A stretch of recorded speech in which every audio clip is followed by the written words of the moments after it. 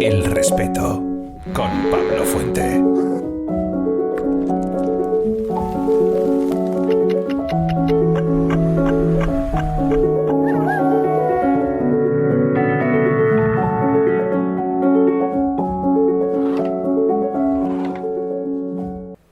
Muy buenas tardes, cuando son las 8:01 en la península, cuando son las 7:01 en Canarias, cuando son las 12 en México, donde tenemos un montón de seguidores, cuando son las 3 en Argentina, que hoy están de elecciones, Venezuela a las 2 de la tarde, Uruguay las 3 de la tarde, bueno, pueden ser las 4, las 5, las 6 de la mañana, porque quizás nos estés escuchando desde Spotify, desde Amazon, desde cualquier plataforma de podcast como Apple o Google.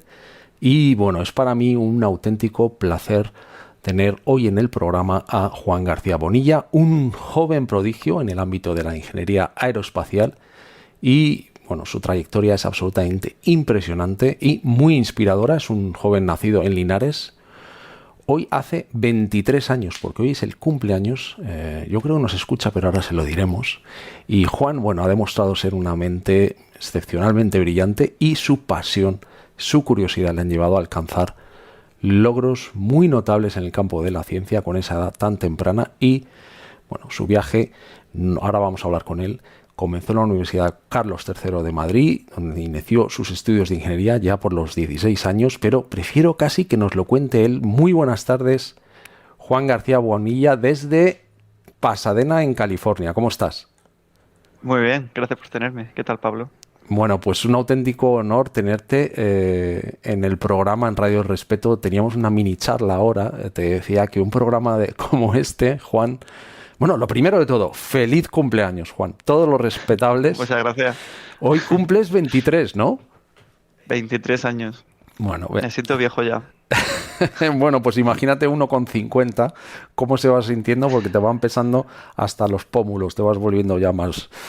sobre todo aquí en Estados Unidos, tú lo sabes bien, estábamos teniendo una mini charla, me contabas que hoy te han traído unos muebles, porque te has ubicado en Pasadena, en California, hace muy poquito, ¿no, Juan? Hace 2 meses. Creo que mi primer día de trabajo fue el 11 de septiembre, lo cual no es un buen omen, quizá. Pero sí, creo que cumplí hace poco los 2 meses trabajando.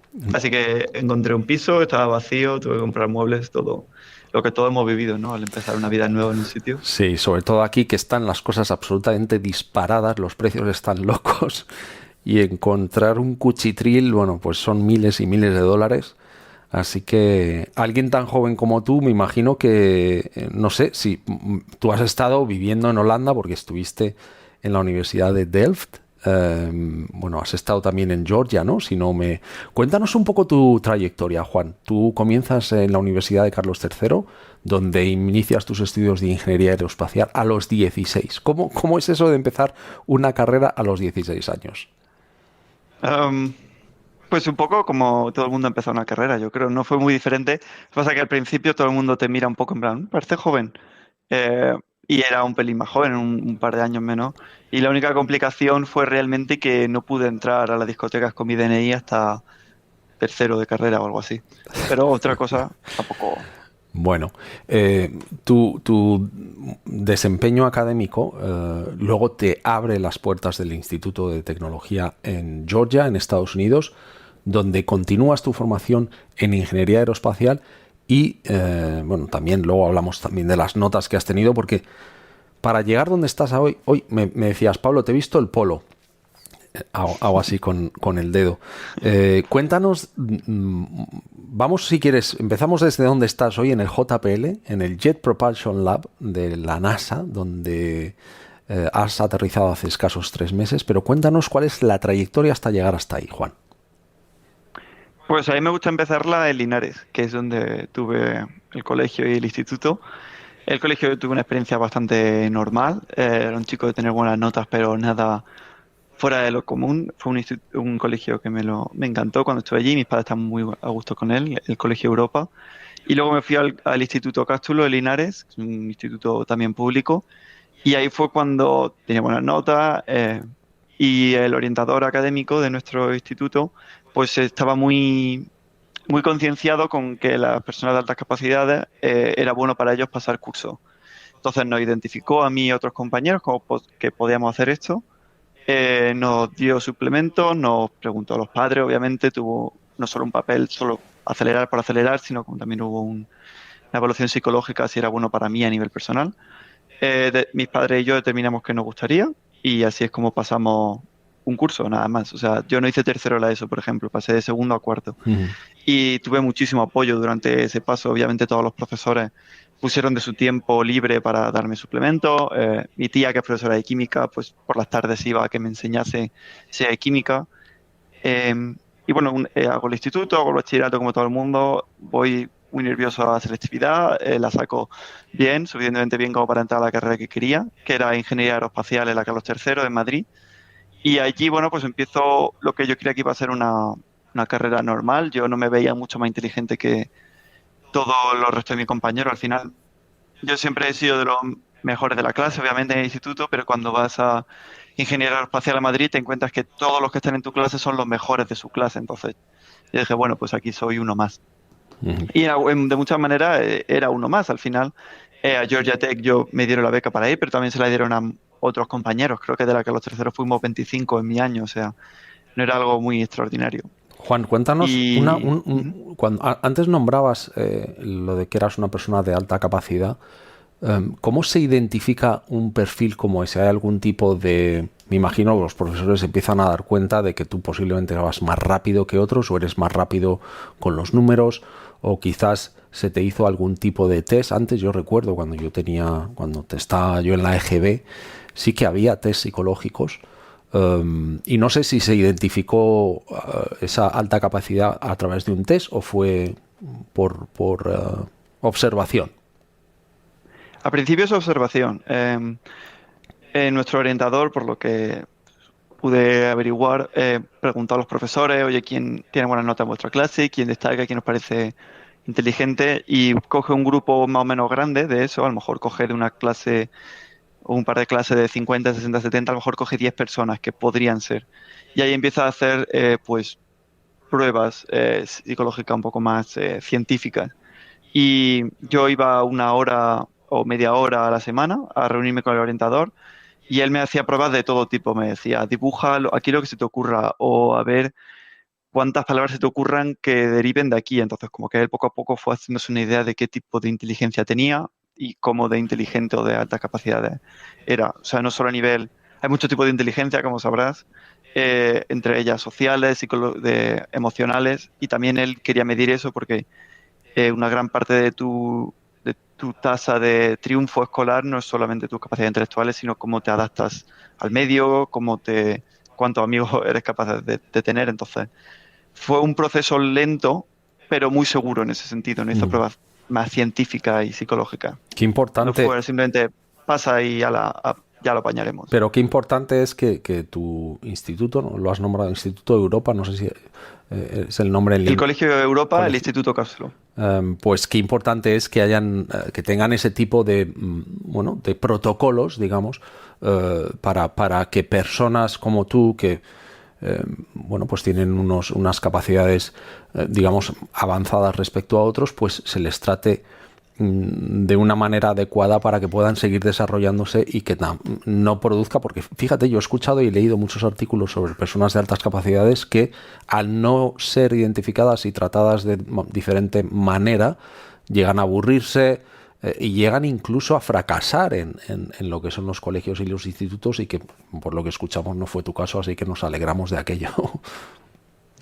Pues sí, es una de las cosas que mi orientador me enseñó, que es las personas con altas capacidades tienen las mayores tasas de fracaso escolar junto con las personas que están por debajo de la media en términos de capacidades. Entonces me pareció muy curioso porque al final tenemos una educación que está diseñada para un poco la media, lo cual tiene sentido, obviamente es lo que tenemos que tener, y también se está centrando mucho el programa escolar en recuperar esos niños que están quizá por debajo de la media o que tienen dificultades de otros tipos.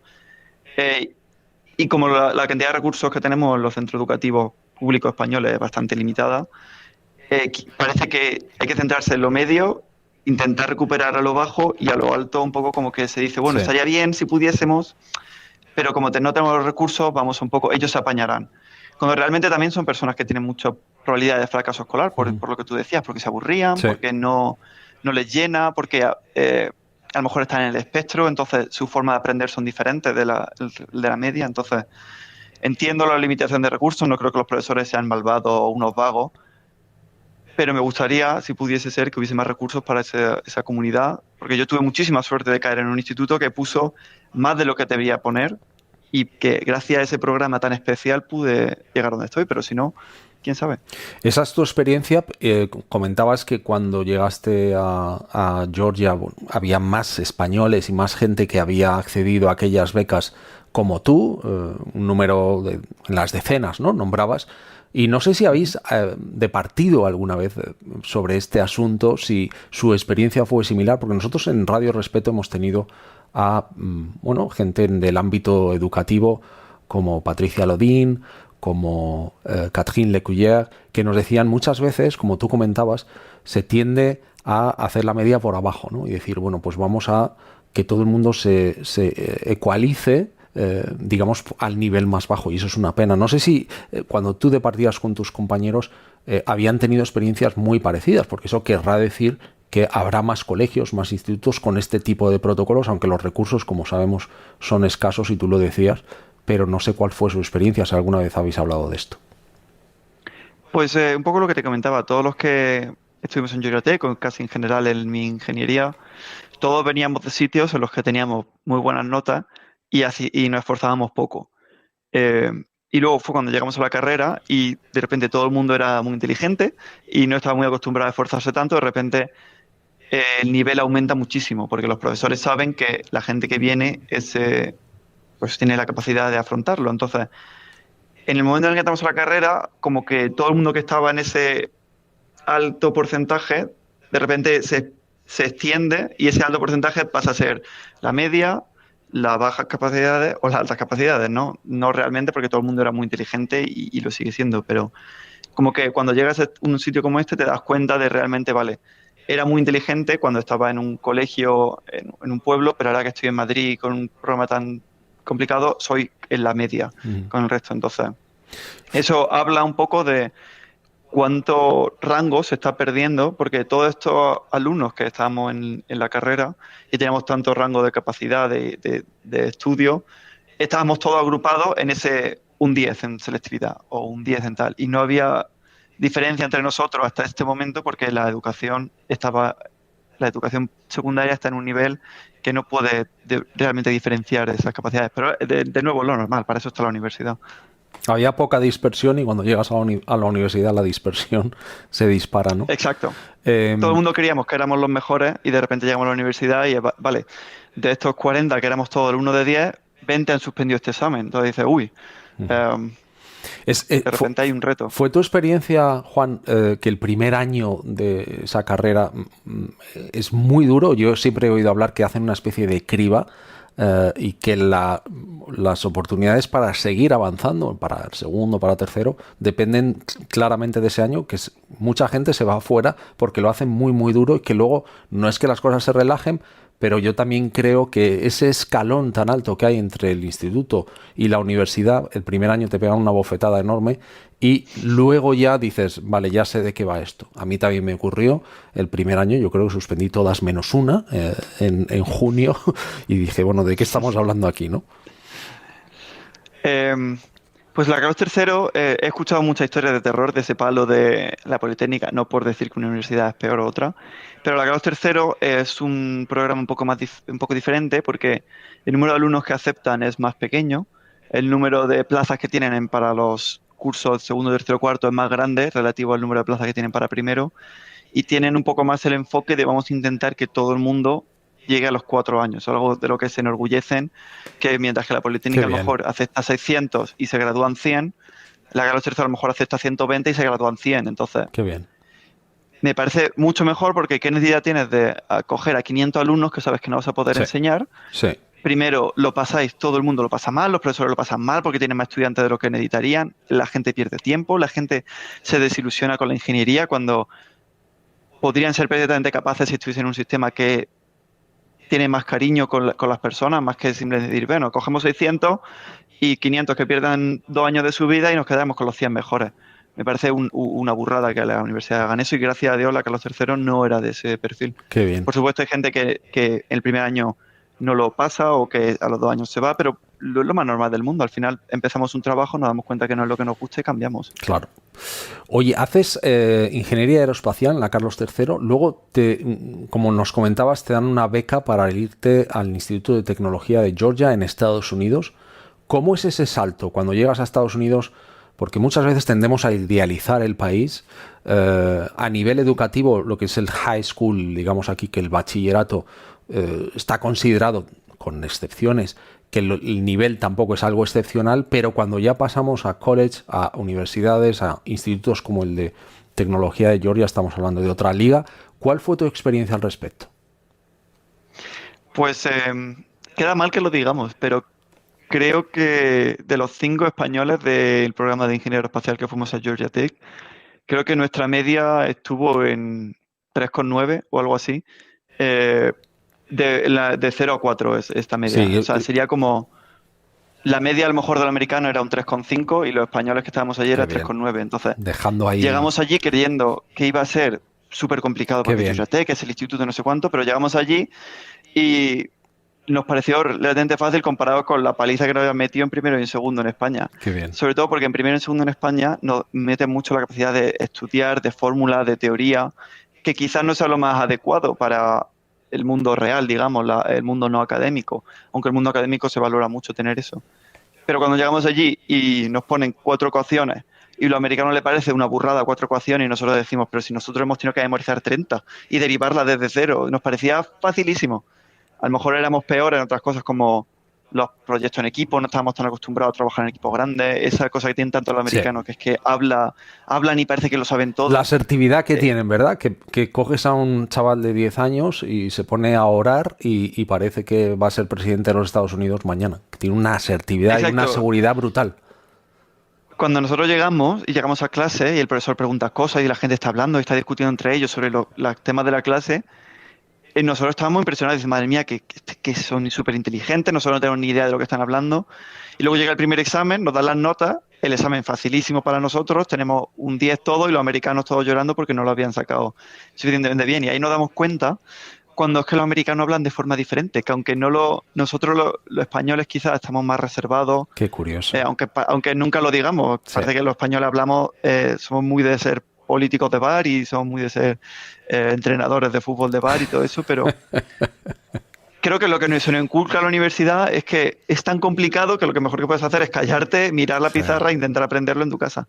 Mientras que allí valora un poco más el hablar. Entonces, perder un poco la vergüenza voy a hablar, voy a dar mi opinión, aunque esté equivocada, bueno, no pasa nada, porque alguien me dirá, está equivocado y podré aprender. Eso también algo que aprendimos y que está bien, yo creo. Qué bien. Oye, ¿cuándo decides tú dedicar tu formación, digamos, universitaria y todo ese posgrado al tema de la ingeniería aeroespacial, al tema del espacio? ¿De dónde surge esa, esa pasión? Pues la verdad que estaba sin ninguna vocación para cuarto, era eso, primer bachillerato, al momento, sabía que quería la tecnología, entonces no tenía que tomar una decisión todavía muy acuciante, pero ya era el momento de que estás en primero o segundo de bachillerato, tus padres te miran, tú miras a tus padres y dicen, ¿y qué quieres hacer? Y yo, pues no lo sé lo que quiero hacer, porque me gusta la mates, me gusta la física, me gustan todas esas cosas, pero no tenía claro. Hay un momento a todo el mundo nos gusta el espacio, aunque sea ingeniero, si no tenga ni idea de las mates, la física es algo tan chulo que yo creo que a todo el mundo nos apasiona. O a lo mejor yo estoy un poco biased en ese sentido, pero hay un momento en el que voy a la Ciudad de la Ciencia, del Arte y la Ciencia en Valencia con mis padres y tenía una exposición sobre satélites. Y fue como que algo hizo clic en mí y dije, oye, pues esto sería un campo muy chulo en el que estar. Tiene proyección internacional, que sabía que era algo que me interesaba a mí, ver un poco el mundo. ¿A qué edad fue eso, Juan? Primero de bachillerato, o sea, cuando tenía 14 o 15 años, algo así. Y no era nada seguro, era solamente como empezó ya a surgir la idea. Quería hacer astrofísica porque pensaba que tenía que ser un científico, no sé. Y hablé con mis padres y mi padre me dijo, astrofísica no sé yo, ¿eh? Y si haces Ingeniería Mecánica y Administración de Empresas, que es como la carrera para ganar dinero, montar una empresa y ser un empresario. Y eso no me gustaba nada y como que llegamos a ese punto medio de ingeniería aeroespacial, que está relacionado con el espacio, con todo este campo, pero siempre va a ser una ingeniería que siempre vas a tener salida. Ujú. ¿Cómo es tu salto? ¿Cuánto tiempo pasas en Georgia y cuándo te trasladas a Holanda, a la Universidad de Delft, que es una de las universidades punteras en Europa? Yo creo que muy reconocida también fuera. ¿Cómo haces esa transición?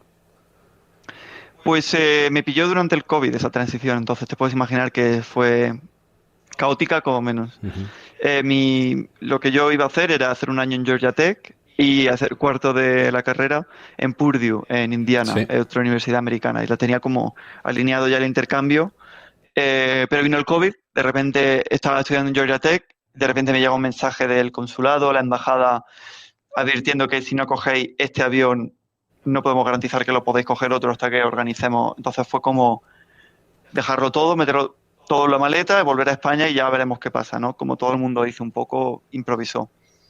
Y entonces hice cuarto en Madrid con un investigador que luego tuve mucha suerte porque mi investigación salió bien y pude ir a conferencia y llamó mucho la atención. Eh, y luego hice ese cuarto en Madrid y primero de máster lo hice ya en Holanda. Ujú. Te vas a Holanda, a la Universidad de Delft, que es, digamos, una de las punteras, yo creo, a nivel europeo, y tienen un programa también de ingeniería aeroespacial.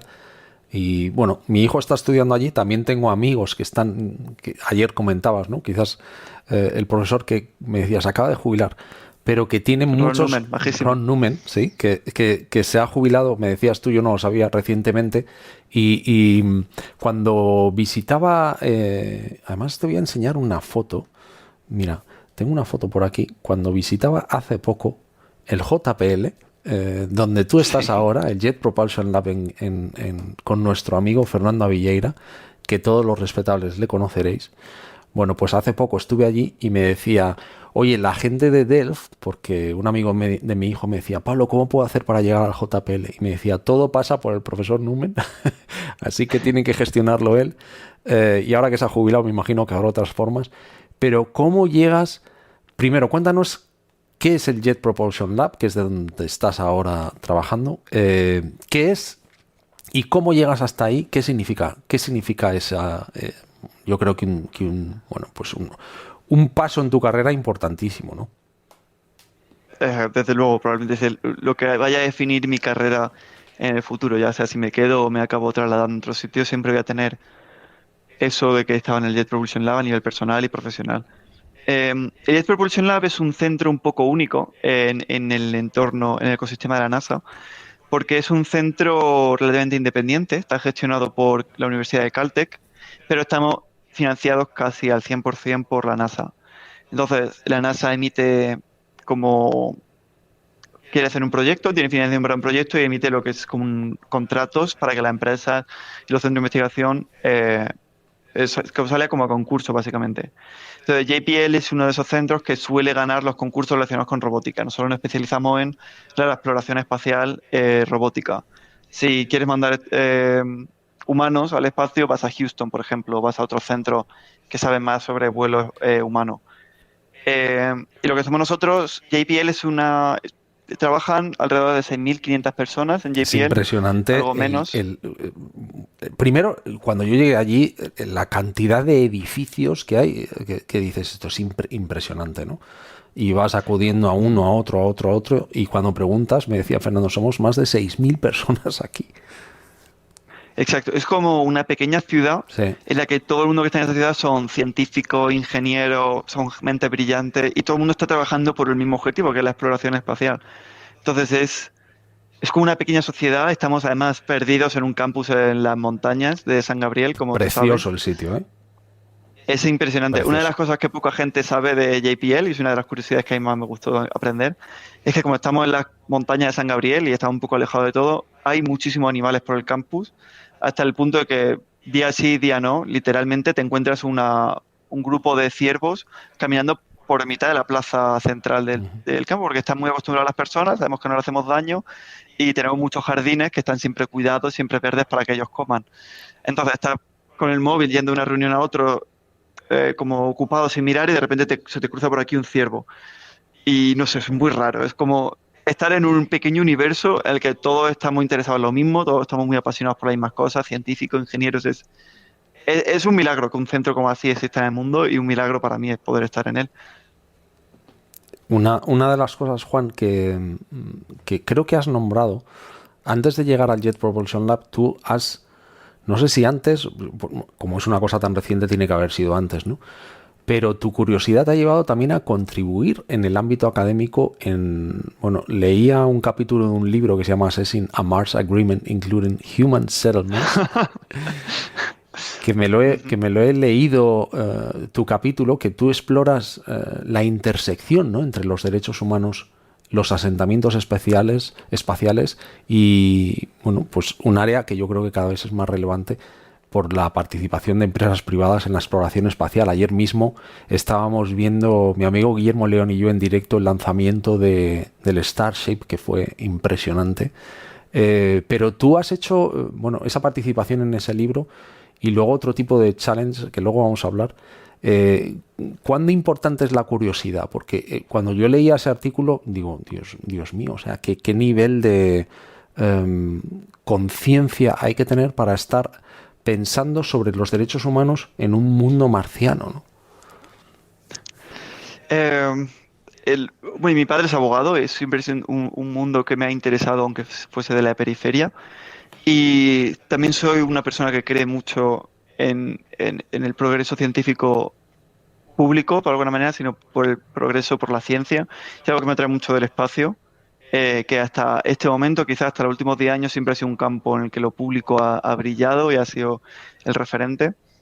Y ahora que estamos pasando a que el espacio está también aprovechado por muchas compañías privadas, quizás SpaceX, Blue Origin, bueno, Airbus, están empezando a ser como nombres que todo el mundo nos empiezan a sonar y como los queremos partícipes en la carrera espacial. Creo que es el momento correcto para empezar a pensar sobre cómo es nuestro futuro en el espacio. Y creo que cuando pensamos estas cosas, cuando ya han ocurrido, aquí es cuando cometemos los errores. Por ejemplo, con el cambio climático, ahora que estamos en una crisis climática, estamos empezando a pensar en los derechos climáticos, en qué significa proteger nuestro planeta, pero una vez ya hemos cometido el error de contaminarlo. Entonces, cuando empecemos a fundar, si lo llegamos a hacer, colonias en Marte o en el espacio, creo que es importante que ya hayamos tenido esa discusión sobre qué derechos humanos tienen las personas en el espacio, cómo afrontamos ese tipo de problemas. Entonces, contra antes tengamos esa conversación, más preparados estaremos para ese momento. Y el momento llegará y habrá problemas que no nos hayamos imaginado, pero por lo menos ya vendremos concienciados de que es una conversación importante que tener. Y en tema de curiosidad en general, pues para mí la verdad que era un tema interesante. Había esta oportunidad para jóvenes estudiantes o jóvenes profesionales que estuviesen interesados en el campo del Space Law, la ley espacial, como se dice. Y como es un campo tan nuevo, con tan poquita historia, quieren muchas ideas jóvenes y muchas ideas nuevas. Y a mí me encantó poder participar en ese sentido. Qué bien. Luego has participado también en el Andrea Milani Challenge. Decir Andrea Milani, el famoso matemático y astrónomo. Bueno, pues tú estuviste en un equipo que se centró en la defensa planetaria, si no me equivoco, a través de la estimación de diferentes parámetros a partir de datos de la curvatura de luz. Cuéntanos si todos esos proyectos, porque además creo que fuisteis el equipo ganador, ¿en qué consistió?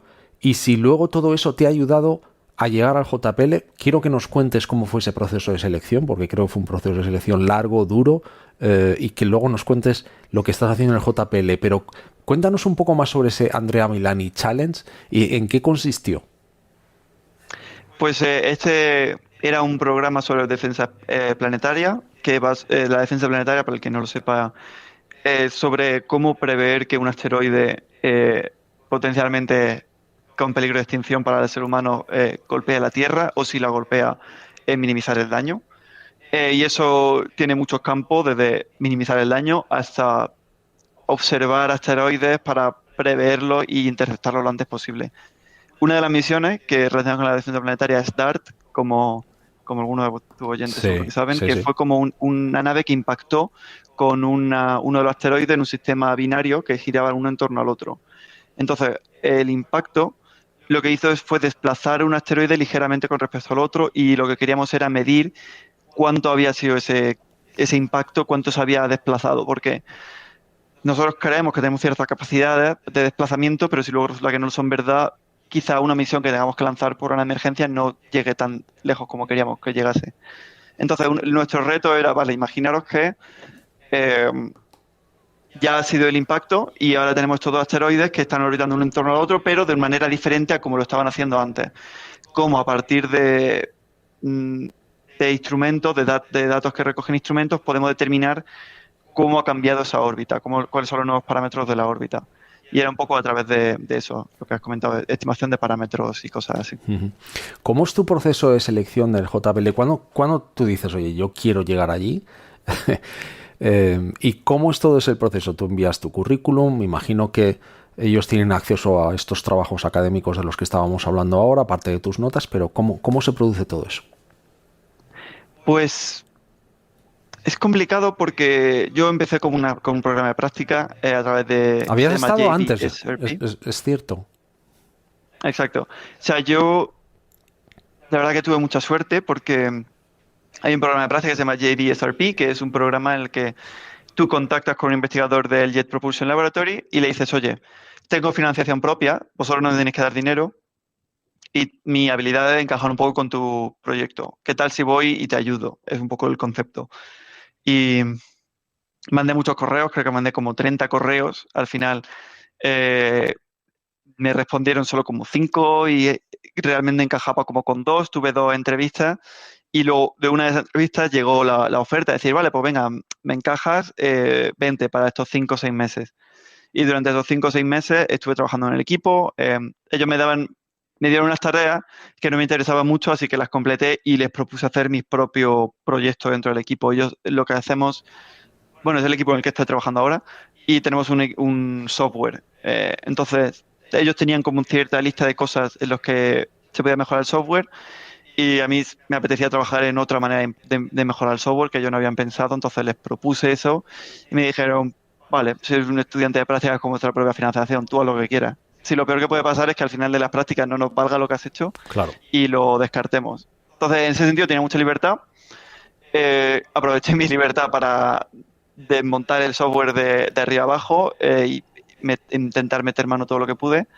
Y cuando acabó todo eso, estuvieron contentos, lo incorporaron a su software y dijeron, oye, ¿por qué no te quedas a tiempo completo y sigues el desarrollo de esto o de otros proyectos de este estilo? ¿Y qué pasó? Pues que a mi supervisor le gustaría que estuviese yo con él y él es el que tiene que decirle a la sección y a sus supervisores, oye, quiero que este estudiante venga. Y ahí es cuando empieza el proceso de convencerles de que un estudiante que es extranjero Sí. y que no tiene un doctorado, que también es una barrera de entrada, pueda entrar a este equipo. Entonces, para convencerle, supongo que él tuvo que hacer lo que tuvo que hacer, pedir los favores que fuese, y llega un momento en el que tengo que pasar las 11 entrevistas, ¿no?, famosas, 11. que es 11 entrevistas en total, que fueron en 2 o 3 días. Me acuerdo que estaba en mi... ¿Todas en el piso presencial, Juan? ¿O también alguna...? No, online, todas online. Todas online. Todas online, sí. Que incluso para mí era más complicado porque no podía reaccionar también Sí. a cómo la otra persona... Pero bueno, yo tengo el recuerdo de estar en mi piso de estudiantes que compartía con otras 3 personas, todos mis compañeros de piso animándome en plan, bueno, venga, tú puedes, preparándome la cena para entre entrevistas, yo con una sábana aquí de fondo para tapar pues lo que tenía de fondo, Diciendo, con por una favor, camiseta, callarse todo el mundo, ¿no? que nadie se ponga el wifi, todo el mundo callado, nada. O sea, fue un momento muy nervioso tanto para mí como para mi familia, todos mis amigos, mis compañeros de piso. Fueron 11 entrevistas en las que básicamente me entrevisté con todos los líderes de equipo de mi sección y cada uno pues tenía libertad para en esa media hora, en esa hora, preguntarme lo que quisiesen y más que no solo perfil técnico, sino si ellos creían que encajaba en Jet Propulsion Laboratory, porque una de las cosas que tenemos en JPL es que nos movemos mucho. Entonces, aunque me contraten para un proyecto, yo me puedo mover a otro proyecto, a otra sección. De repente, aunque soy ingeniero de software, me interesa la térmica, entonces me esfuerzo un poco y me acabo siendo ingeniero térmico en un par de años. Entonces, cuando alguien entra al Jet Propulsion Laboratory, entra como a una gran familia y mucha gente tiene que vetarte porque no saben que no solo vas a trabajar en una cosa, vas a trabajar en muchas. Y las 11 entrevistas pasaron, Sí. me aprobarían, supongo, y el resto es historia. Bueno, y cuando te llega la oferta, me imagino, no sé si es como las películas, esas cartas de admisión en la que tú ves JPL y te llega una carta o te hacen una llamada, te llega un correo. ¿Cómo fue ese proceso de admisión cuando te dicen, oye, te vienes? Porque luego también está todo el tema del visado, porque no es fácil, o sea, luego hay que conseguir un visado porque entrar en Estados Unidos no es nada fácil. Pues la gran noticia no fue tan dramática como las pelis porque fue como que poco a poco me fueron dando pistas de que había entrado. Entonces, mi supervisor no me podía garantizar que sí o que no hasta que recibiese la oferta, pero me dio pistillas. Cuando hablaba con la gente de recursos humanos me decía, bueno, tú espera que el 14 vamos a emitir esto, entonces ya como que poco a poco iban sabiendo. Pero estaba en casa de mis padres, estaba justo de vuelta por Navidad, y me llega ese correo y lo primero que lees es congratulations, enhorabuena. Y dice JPL, el chico de recursos humanos con el que estaba hablando, entonces ya, pero con leer esa palabra ya se te salta el corazón. Luego ya abres la carta, ves las condiciones que te están ofreciendo, cómo será todo y ya, bueno, pues te puedes imaginar la alegría para mí, para mi familia, todos mis amigos que habían estado también nerviosos por el proceso. Qué bueno. Oye, nombrabas que cuando recibiste la noticia estabas con tus padres en Navidad, ¿no? Nos ha llegado un mensaje que me pasa mi amigo Nacho Sevilla. Vamos a ver si lo doy con él.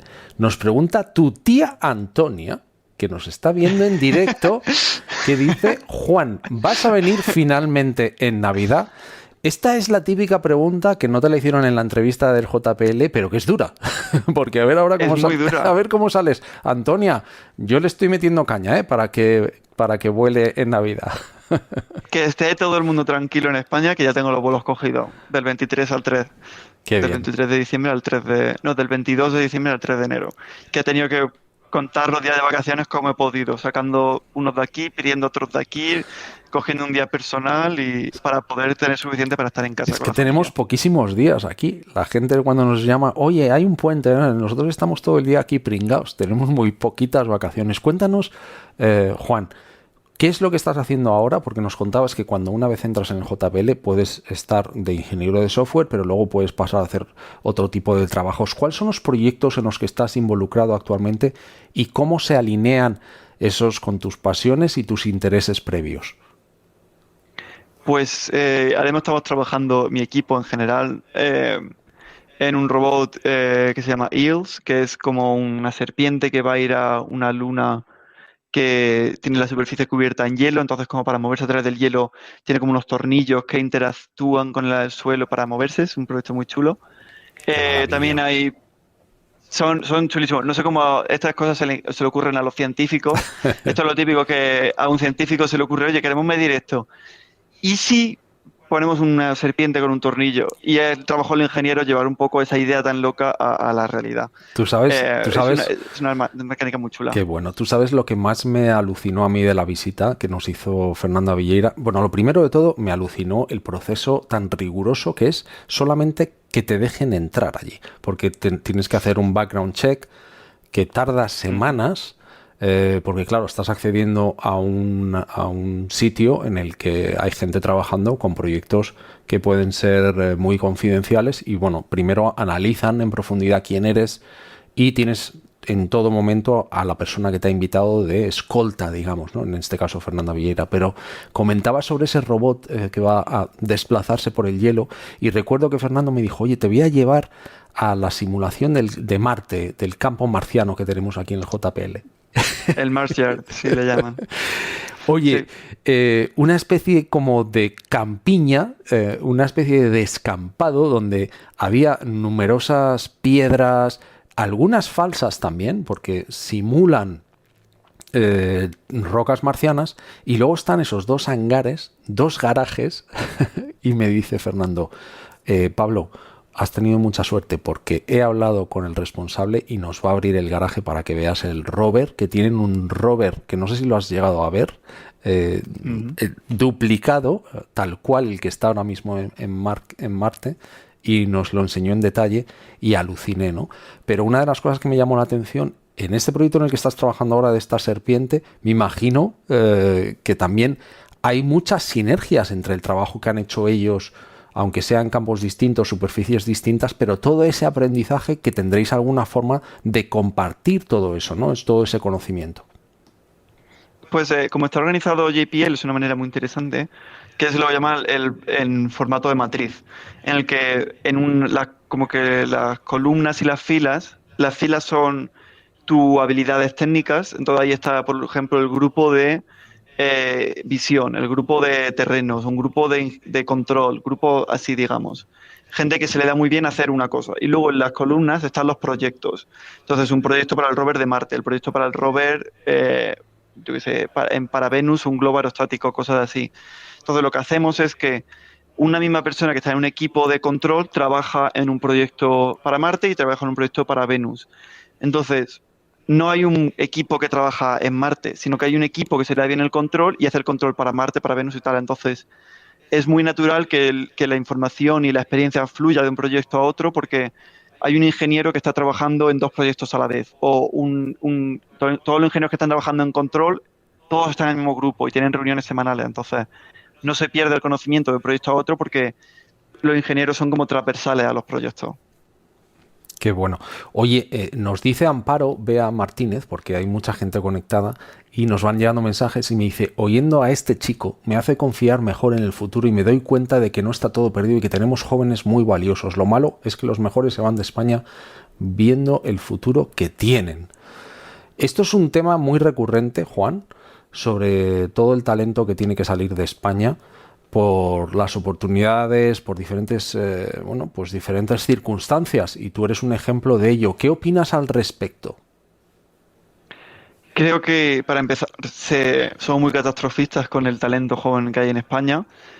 Hay mucha gente muy buena y la mayoría de jóvenes que yo he conocido, he tenido contacto, no todo universitario, quieren trabajar y quieren apoyar a España y quieren, no sé, lo de ser ninis no es tan común como la gente lo cree que es, sino que salen las noticias del paro juvenil tal y parece que los jóvenes son unos vagos. Y también tenemos la idea de que todo el talento español se va afuera porque quizás somos los que más llamamos la atención. Yo tengo esta plataforma, estoy hablando con todos vosotros porque estoy de la NASA. Quizás si me hubiese quedado con mi talento en una empresa española no estaría aquí. Entonces parece que los jóvenes españoles que nos vamos, que desgraciadamente estamos en proyectos con más dinero, con laboratorios que nos suenan más los nombres, porque esos laboratorios no están en España, tenemos un poco más plataforma para darnos a conocer. Pero hay muchísimo talento que se queda en España y mucho talento, la gran parte del talento se va afuera, trabaja en su laboratorio y luego vuelve a España, porque la vida en España, la sociedad española, sí, es muy complicado de encontrar en otro sitio. Entonces, les diría a Amparo que muchas gracias, pero que yo no soy la excepción para nada y que hay muchísimo talento español y que hay mucha razón por la que tener esperanza en España. Pues qué bien escuchar eso, Juan. Me alegro mucho de que lo digas y que la gente se empape de ello. Javier Medina nos pregunta, desde que estás en el JPL, ¿qué avance o tecnología en uso te ha hecho explotar la cabeza? ¿Qué has visto que te ha impresionado y has pensado, eso es lo que yo quiero hacer? Hay muchas cosas que me han volado la cabeza desde que estoy aquí, muchas cosas que no sabía ni que eran posibles todavía. No sé cuántas de ellas se pueden decir así en el conocimiento público. No te metas en líos. No me meto en líos. Pero es una cosa que sí me parece muy interesante, que es el ray tracing, que es como una tecnología por ordenador para simular cómo la luz interactúa con las cosas del entorno, digamos. Y ha llegado el momento en el que la tecnología, el hardware y el software y lo que estamos trabajando es tan potente que podemos usar eso como en nuestro día a día para hacer nuestras simulaciones, lo cual era algo que hace 5 años era impensable.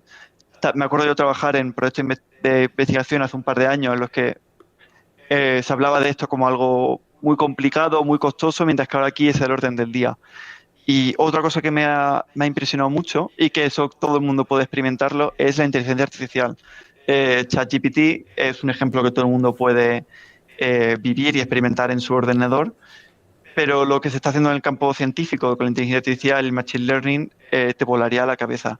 Las capacidades de autonomía que las nuevas misiones son capaces de tener y las que veremos en los próximos 5 o 10 años van a ser impresionantes, yo creo. Cuéntanos lo que nos puedas contar, darnos algún ejemplo, porque yo creo que hay tantas noticias que nos llegan, sobre todo sobre ChatGPT este fin de semana, porque el fundador ha salido y ha habido mucha polémica al respecto. Cosas que no te metan en un lío y que nos puedas darnos un ejemplo concreto sobre qué uso se está haciendo de la inteligencia artificial. Pues uno de los grandes problemas que tenemos en el espacio en general es la autonomía. Aunque nosotros nos comunicamos con nuestras naves espaciales a la velocidad de la velocidad de la luz no es tan rápida como pensaríamos. Entonces, cuando tú te vas a comunicar con una nave en Marte, tienes minutos de retraso en lo que tú le hablas y ellos te responden.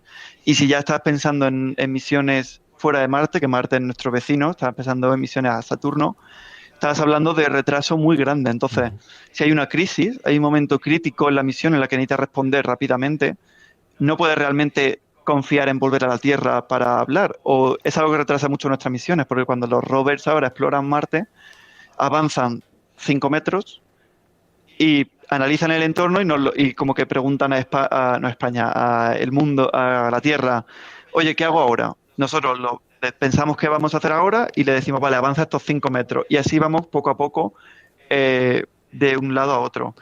Pero lo que la Machine Learning, la inteligencia artificial, tiene la capacidad es de muchas de estas decisiones que tenemos que tomar los humanos en la Tierra, que la pueda tomar la nave por su cuenta. Hay mucho tema de seguridad que todavía tenemos que estar seguros de que esa inteligencia artificial le van a hacer operar siempre de una manera lógica y con la seguridad teniendo en cuenta, pero la idea es que puedan tener mucha más autonomía y que realmente estén haciendo toda la ciencia que necesitan hacer y reaccionando a entornos que no hemos diseñado aquí en la Tierra, sino que ellos tengan la capacidad de aprender sobre el entorno en el que se encuentran y adaptarse y tomar decisiones y poder avanzar 100 metros evitando esta roca o pasando este terreno, decidiendo ir por aquí o decidiendo por allá. De hecho, comentábamos antes este campo de simulación marciana porque lo tienen ahí en el JPL precisamente para cuando uno de los rovers se encuentra con algún obstáculo que posiblemente no lo puedan sortear, lo que se hace es simular, se coloca una roca o se hace un agujero para ver cómo la réplica que tienen en California podría sortear ese obstáculo y se les mandan instrucciones. Yo recuerdo que la persona que nos enseñó el rover era el responsable de enviar todas esas por las mañanas, las instrucciones. Yo aluciné porque nos decía, ¿cuánto crees que avanza un rover? Y avanzan centímetros.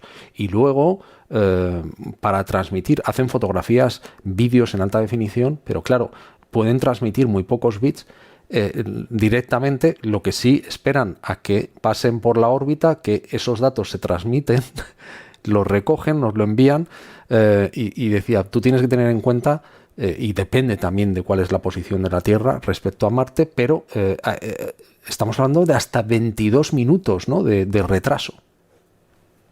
Claro, entonces, si tiene 22 minutos de retraso y te encuentras que estás atascado en un sitio, viene una tormenta de arena, no puedes reaccionar.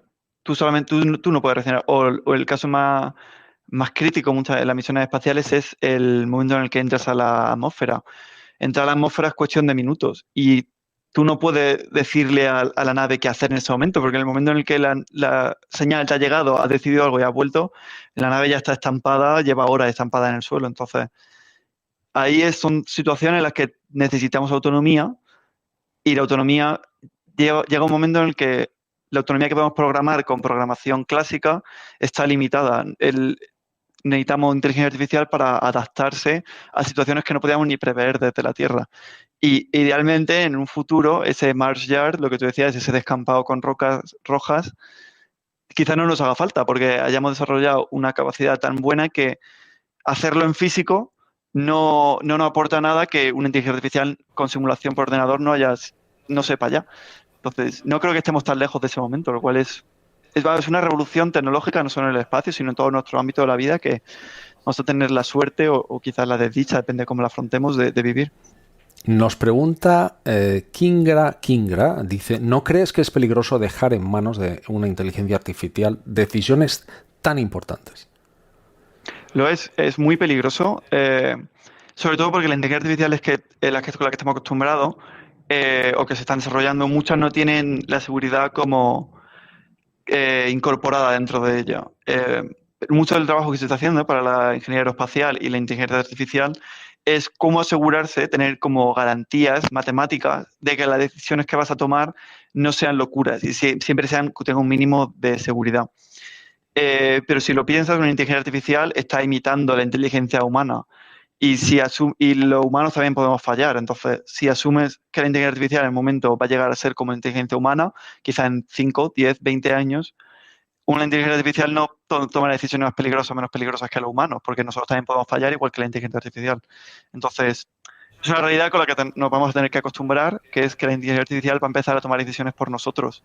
Y tenemos que hacer ahora, es importante que ahora pongamos los marcos regulatorios y la investigación en que esas decisiones tengan ciertos marcos de seguridad, cierta revisión por parte de humanos de que esas decisiones se están tomando para el bien de no solo tu sistema tecnológico, sino el bien de la sociedad.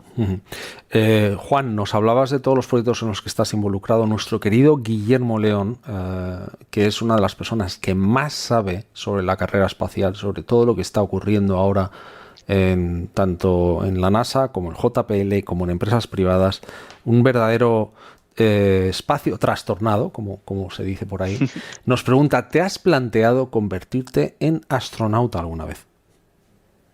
Pues no está en mis planes ahora mismo, pero ¿por qué no? El problema de eso, de ser astronauta, es que necesitas realmente dedicar tu vida a ser astronauta.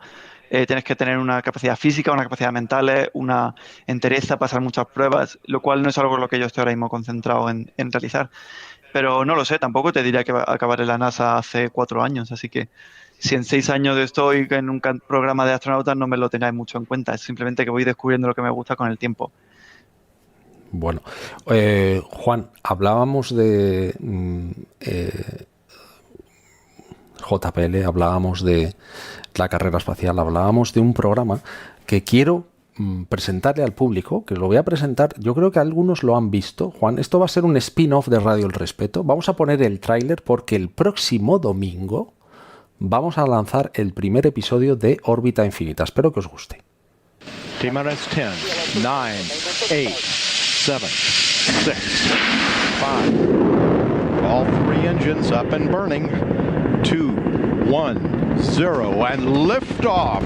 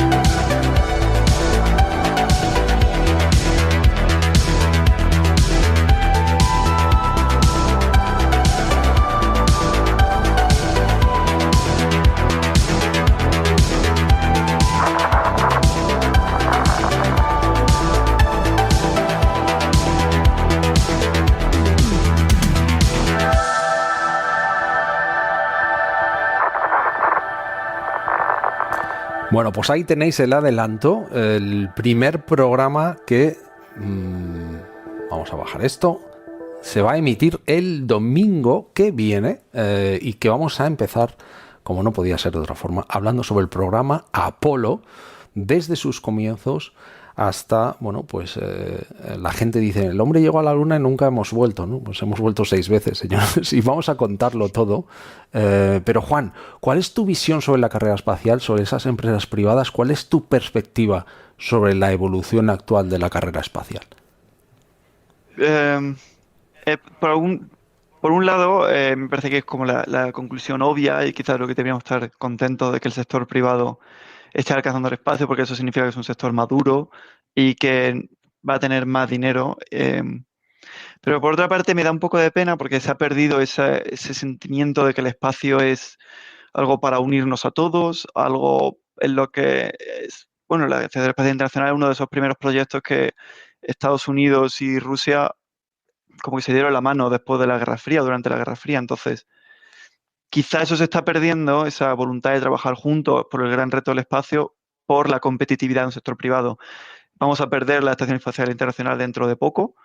Y la van a sustituir probablemente una estación china, una estación rusa, estaciones privadas americanas. Entonces, me gustaría que este espíritu de colaboración que ha caracterizado el espacio continúe mientras las empresas privadas vienen hacia nosotros. Y creo que la Agencia Espacial Europea está aportando un poco en ese sentido, está intentando la NASA con el proyecto Artemis.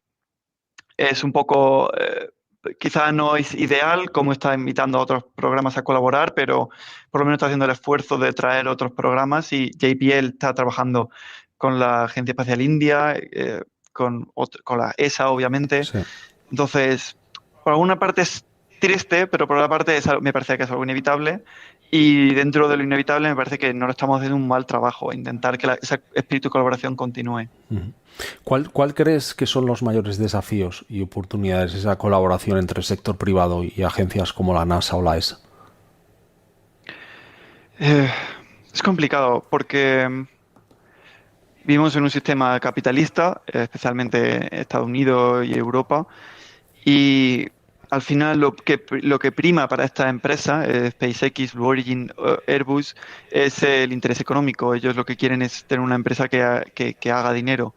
Entonces necesitamos, y desde las agencias espaciales estamos dando dinero a estas empresas, estamos subcontratándolas para que realicen misiones. Entonces hay un gran reto, sobre todo para los políticos en el marco regulatorio e incluso para nosotros, los ingenieros y los científicos en el entorno público, en cómo decidimos y cómo desarrollamos este campo privado en el que sabemos que ellos solo están interesados, o en mayor parte están interesados en el dinero, ¿no?, que sale todo esto, mientras que nosotros estamos interesados en el bien común o en la ciencia, que también hay mucha gente que está interesada en el bien común y la ciencia en estos campos, pero al final una empresa es una empresa. Entonces, esa alineación de intereses es, creo que, el gran reto en el que nos vamos a afrontar durante los próximos 10, 15 años. Uh-huh.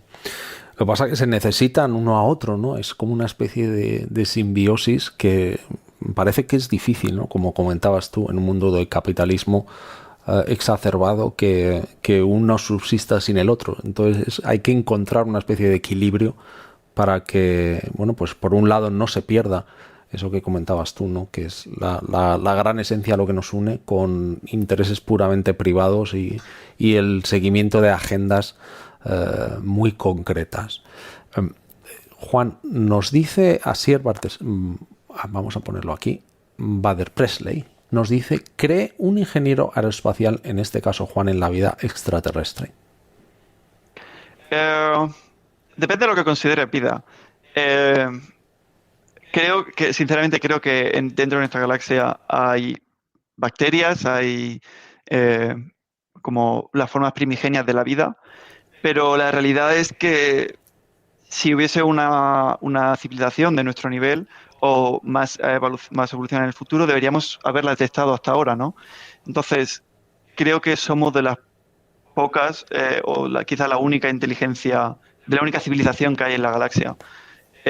Pero no necesariamente la única vida. Al final está ese gran problema de la paradoja de Fermi, ese gran filtro que quizá que ahora hayamos pasado, que esté por venir, que hace que no estemos viendo tantas civilizaciones, pero es una pregunta muy interesante que no tiene respuesta. Pero yo argumentalmente creo en la vida extraterrestre, aunque no como nosotros la conocemos. Bueno, dentro de no demasiado mucho tiempo vamos a poder recibir muestras, ¿no?, que esos rovers que están en Marte van a enviar muestras de marcianas a la Tierra, se van a recuperar y muchos esperamos, ¿no?, cuáles van a ser esos resultados, porque me decía Fernanda Vieira y muchos otros en la NASA, en el JPL, me decían, claro, afirmaciones extraordinarias requieren de pruebas absolutamente extraordinarias, ¿no? Y estamos todos un poco esperando a ver si ese momento llega, ¿no? Yo estoy contigo en el que depende de lo que hablemos por vida, ¿no? Depende de lo que consideremos vida, pero estoy seguro, y eso se tiene como el gran secreto, ¿no? Que alguna pista deben de tener ya, pero claro, no pueden decir nada hasta que recibamos todas esas muestras, analicen. Eso va a requerir tiempo, Juan. Si descubrimos que hay vida, o hubiera vida, o hubo vida en el pasado en Marte, sería probablemente el descubrimiento científico más importante de nuestro siglo. Por tanto, más vale que no digamos lo que no es. Pero por otra parte también es algo que es algo casi preocupante que hubiésemos descubierto bacterias en Marte, porque significaría que la vida no es tan rara. Que probablemente muchos planetas por el universo, muchos cuerpos por el universo tengan esa forma de vida, pero hay algo que les prevé evolucionar más lejos de bacterias. Entonces, de repente abre todo una nueva campo de la ciencia, casi diría que es, vale, la vida no es tan rara. Entonces, ¿qué es lo que es verdaderamente único para la Tierra para que esa vida que no es tan rara haya llegado a estos sistemas tan complejos? Uh-huh. Nos dice Eduardo Mazo de Archivo de Ciencia. Por cierto, si no estáis suscritos a su canal de YouTube, os lo recomiendo porque acaba de hacer un programa, está también muy enfocado a temas del espacio, y nos dice astrobiología, astrología, astronomía. Hay muchas ciencias estudiando estos factores, astrogeología. Pues claro que sí, Eduardo. Y seguramente llegará. Nos dice Asier otra vez, también puede existir vida inteligente pero menos inteligente que nosotros. Pues no sabemos, Asier. Podría ser, pero pensar en la evolución del ser humano de los últimos 3.000 años.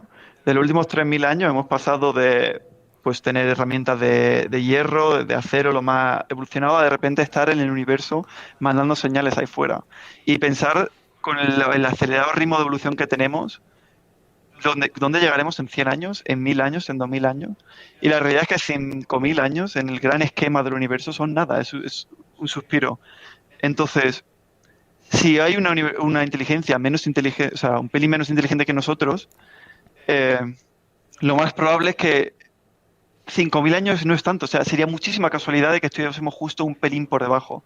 Entonces, si hay otras civilizaciones por ahí fuera, lo más probable es que estén muy avanzadas en el tiempo o que estén todavía muy primitivas. Un punto medio, casi al mismo nivel que nosotros, sería una casualidad impresionante. Imagínate de los billones y billones de años que tiene el universo, que estemos juntos en ese intervalo de 5.000 años en los que nos consideraríamos iguales tecnológicamente.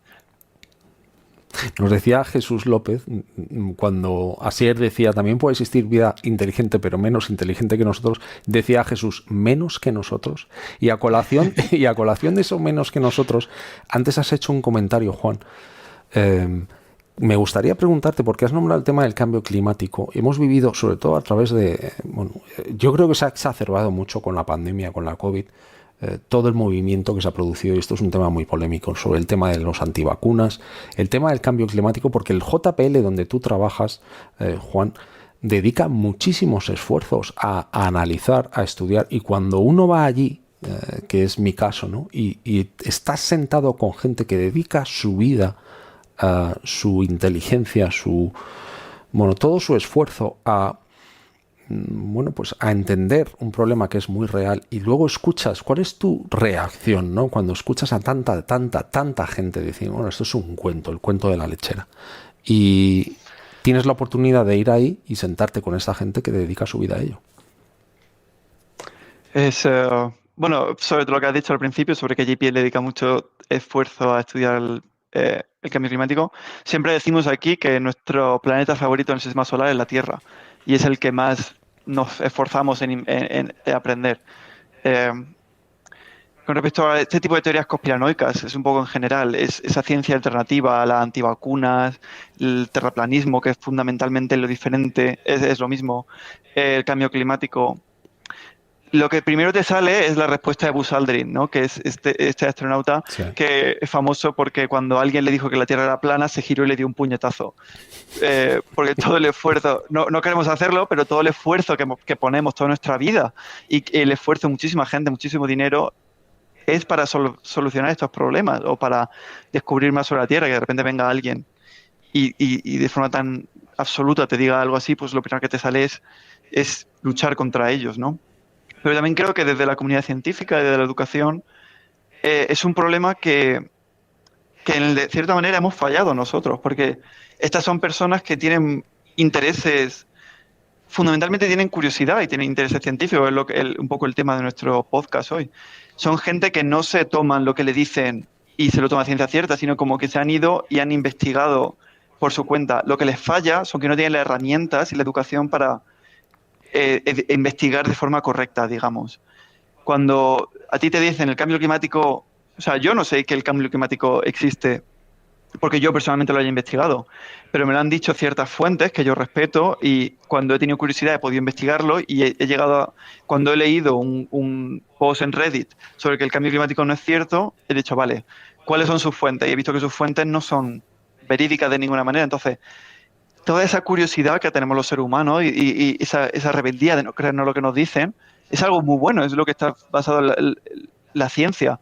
Pero necesitamos una educación que encauce ese sentimiento de una forma productiva, que investigue y que no se crea todo lo que le dicen, pero que al final llegue a conclusiones lógicas y razonables.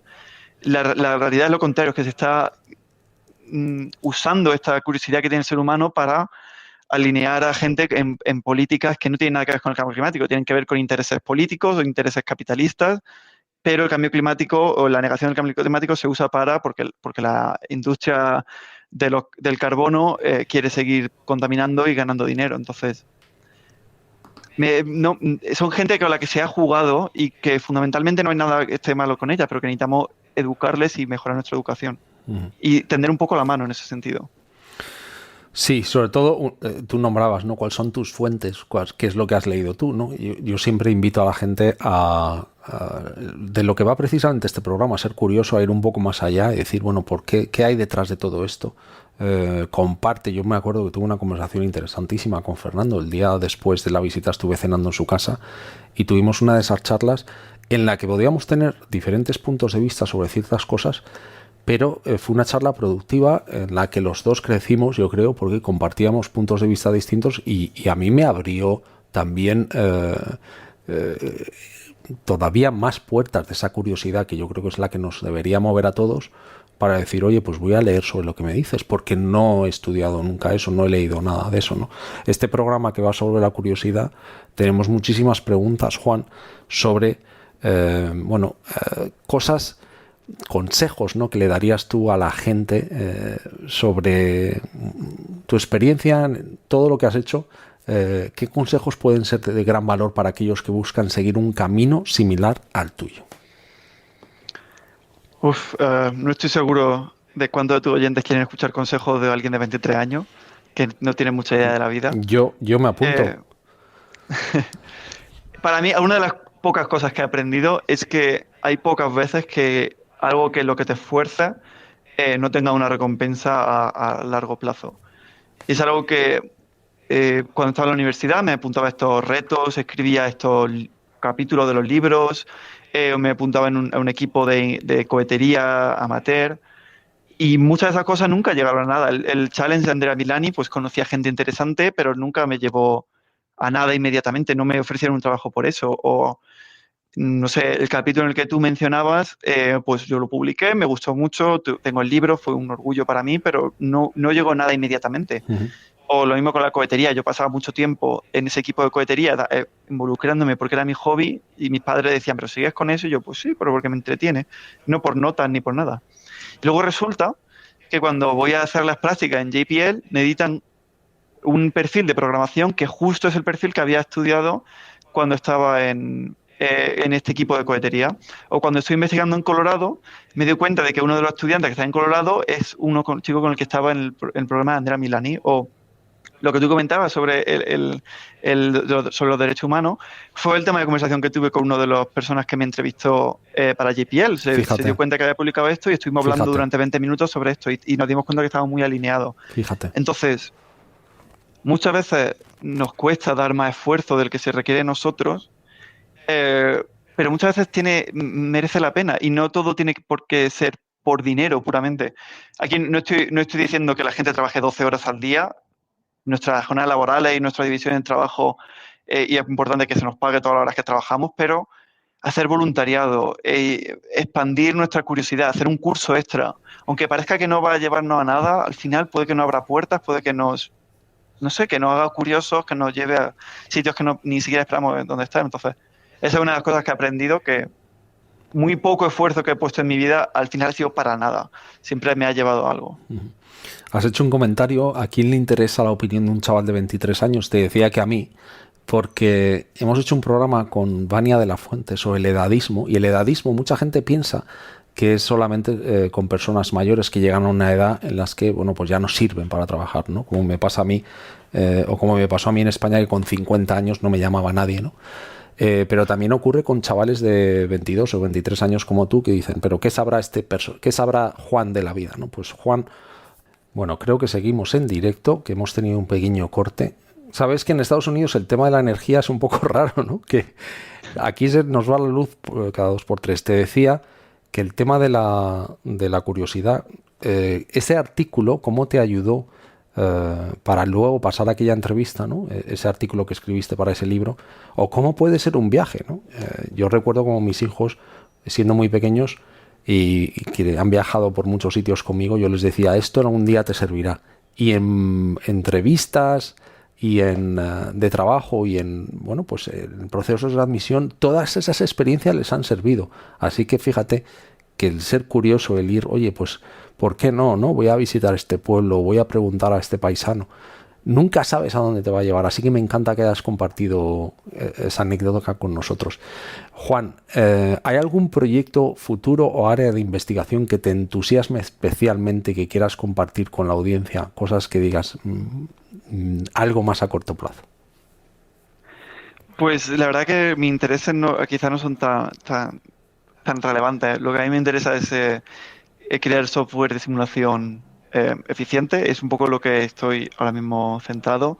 Quiero hacer máster para seguir formándome en ese sentido. Pero hay muchos proyectos que vienen a nosotros, nuestro equipo, para los que estar bastante contentos.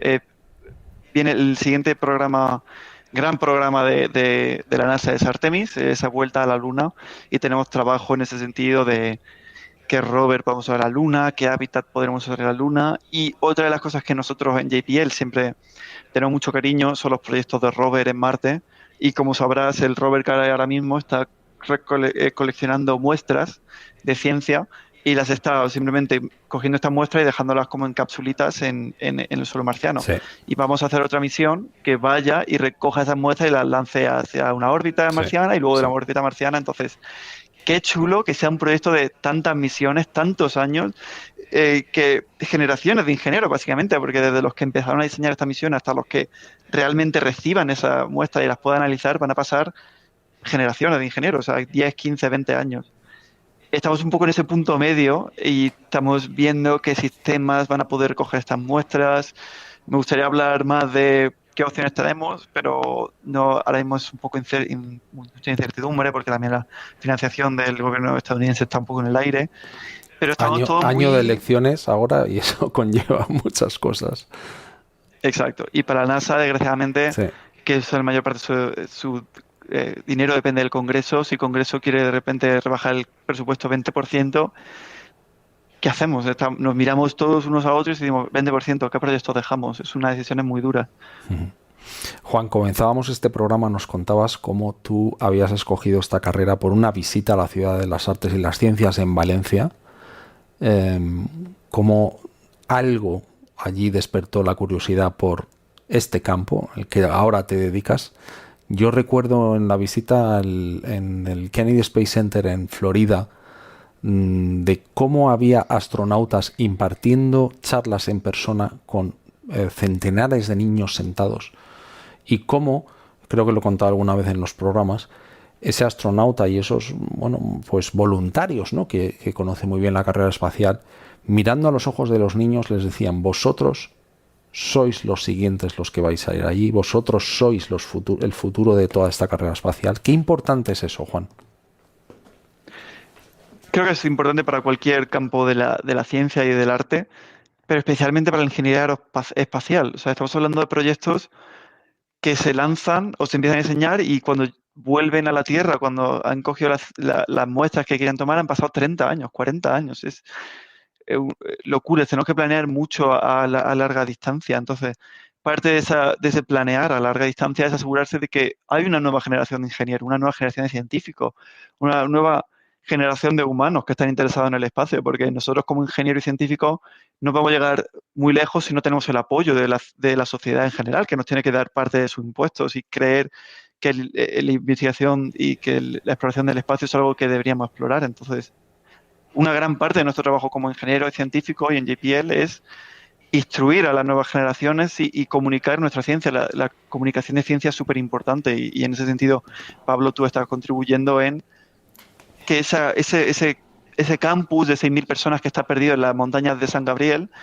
llegue a todo el mundo. Da igual tu nivel de educación, porque la ciencia es tan chula que da igual si vienes de cualquier campus de la educación o si no tienes educación, te puedes emocionar y te puede realmente llegar a ti esa inspiración. Y obviamente la más interesante son las nuevas generaciones, porque son los que van a llevar el relevo de nuestra carrera espacial. Sí, decías emoción, claro que sí, porque yo en todas esas visitas, cuando vi el lanzamiento de la misión Crew 6 del SpaceX hace 2 meses, yendo a la Estación Espacial Internacional, fue uno de esos eventos transformativos a nivel humano. Pues dices, oye, ¿cómo puede ser que un cohete no es lo mismo? Y el sonido que habéis escuchado en la presentación de Órbita Infinita, hay partes que están grabadas con una grabadora por mí y por mi mujer, y las he incluido en ese vídeo, de esa propulsión, cómo te llega y cómo te resuena interiormente la brutalidad que es, y lo he metido en ese vídeo. Pero decías tú, ¿no? Hay que emocionarse con la ciencia. Yo creo que programas como este, el escuchar a gente como tú, nos dice, fíjate, quiero meter este comentario porque nos dice Óscar Carreres, ahí estamos, hay que hablar más con los niños pequeños para despertar motivaciones. Claro que sí, Óscar, qué importante, porque fijaos, ahí tenéis un ejemplo como el de Juan García Bonilla, al que le voy a entregar este parche. Ahí Juan decía, tengo muchos otros estudiantes, compañeros míos, gente súper brillante que no tiene que estar en la NASA, pero que, oye, Juan, seguro que sí, les queremos ir conociendo a todos, así que para mí es un honor entregarte este parche de respetable, a ver si enfoca bien la cámara, que es una pena que no está enfocando. Vamos a ver, Pablo, tápate la cara. ¿Qué hacemos, Juan? No lo vemos bien. Bueno, aquí lo ves. Te lo entregaré en persona. Ojalá podamos organizar una reunión allá en el JPL con todos los españoles, con Fernando, contigo, con no sé si sois 10 o 20, que podamos hacer una reunión para poder seguir divulgando, contando los proyectos en los que estáis involucrados. Ha sido un verdadero honor tenerte en Radio El Respeto y ojalá podamos coincidir muy pronto en persona, Juan. El placer es mío, ya sabes que JPL está bienvenido cuando sea. Todo el mundo está bienvenido a JPL, hacemos visitas básicamente todas las semanas, públicas, abiertas al público, así que si pasáis por Pasadena, venid a JPL porque creo que merece mucho la pena. Merece muchísimo la pena. Hay las listas de espera, organizarlo con tiempo porque las listas de espera son muy largas, pero claro que sí. Juan, un abrazo muy muy grande, amigo, gracias. A ti y a todos los oyentes. Gracias. Bueno, llegamos al final de este interesantísimo programa con Juan García Bonilla. Creo que ha sido una delicia escucharle. El día de su cumpleaños le volvemos a felicitar desde aquí. Juan, vete a celebrarlo porque son 3 horas menos. Yo creo que son las 12:20, más o menos. Así que tienes la tarde por delante para poder disfrutar. Y contaros cosas, como os decía, Órbita Infinita, lanzamiento el próximo domingo. Vamos a lanzar ese primer programa hablando de la primera parte de las misiones espaciales Apolo, un programa yo creo que muy interesante. Y en 2 semanas vamos a tener a nuestro amigo Diego Marañón, porque hay un aniversario muy importante de un hito en la historia del cine, el 50 aniversario de una película muy muy famosa sobre la que Diego Marañón es un gran experto, y va a venir a Radio El Respeto el sábado, no domingo, sábado día 2 de diciembre a Radio El Respeto y os seguiremos informando de quién va a pasar por aquí. Sabéis que estuvo el doctor Camacho hablándonos sobre el sueño. El doctor Camacho está acabando un libro. Me mandaba un mensaje ahora diciendo: Pablo, estoy terminando el libro sobre el sueño. Así que, bueno, vamos a seguir trayendo por aquí a gente curiosa como Juan, que nos siga abriendo el coco para fomentar esa curiosidad que es tan importante. Muchísimas gracias por estar ahí. Nos vemos muy pronto.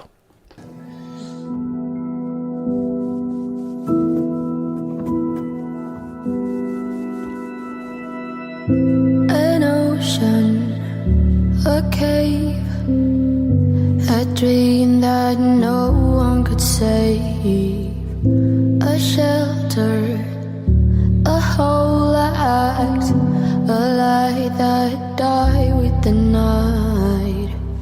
You and I, we got our differences, yeah. I thought we were more alike than unlike.